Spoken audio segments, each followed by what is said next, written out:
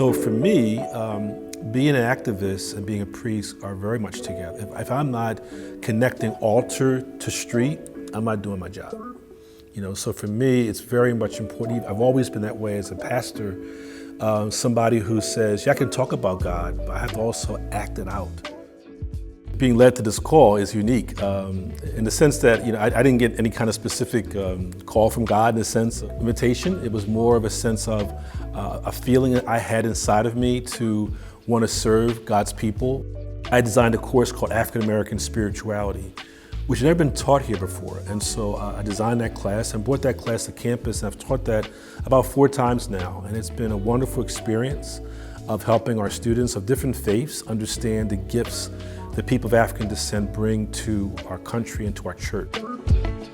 How do I incorporate activism and priesthood? How do I do that? Because I believe they're natural to me. I come out of a space where the more you have, the more you give. I come out of a space where I learned theology at home. I learned about how it's important to be a person of others, for others. I believe Jesus Christ was an activist for justice, and he was able to go to spaces that were uncomfortable, perhaps. I think about the woman at the well, Samaritan woman, and he says to her, "Give me a drink of water." Here you are, a Jewish man asking me, a Samaritan woman. Jews and Samaritans talk to each other too much. And that encounter, as Pope Francis says, changed her life. I always learn more than I teach, I believe. I learn from my students. Every class is different.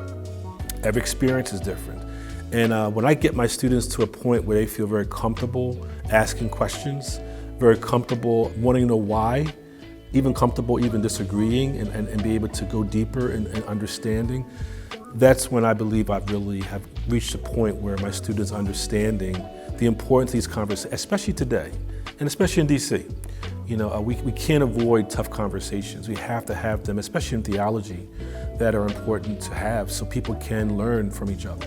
I tell my students, especially my Black and brown women who I teach, I'm blessed to teach every week. You get your graduation, your diploma from President McGuire. I want you to shout, scream, and yell, because that's your liberation paper. That's your paper to go out and make a difference in the world. When we get our degrees, we're meant to be servants. We're meant to make someone else's lives better. That's that education for justice. That's so much a part of the Trinity experience that I love. The history of Trinity is a beautiful one. I am the first time having an African American or Black priest here serving in any capacity. A university has transitioned itself from being founded as the first Catholic women's college in our country, and all white, as you mentioned, and now has evolved to be a predominantly Black, predominantly Hispanic serving institution, still women's in the College of Arts and Sciences. It's a unique position to be in. This is holy ground.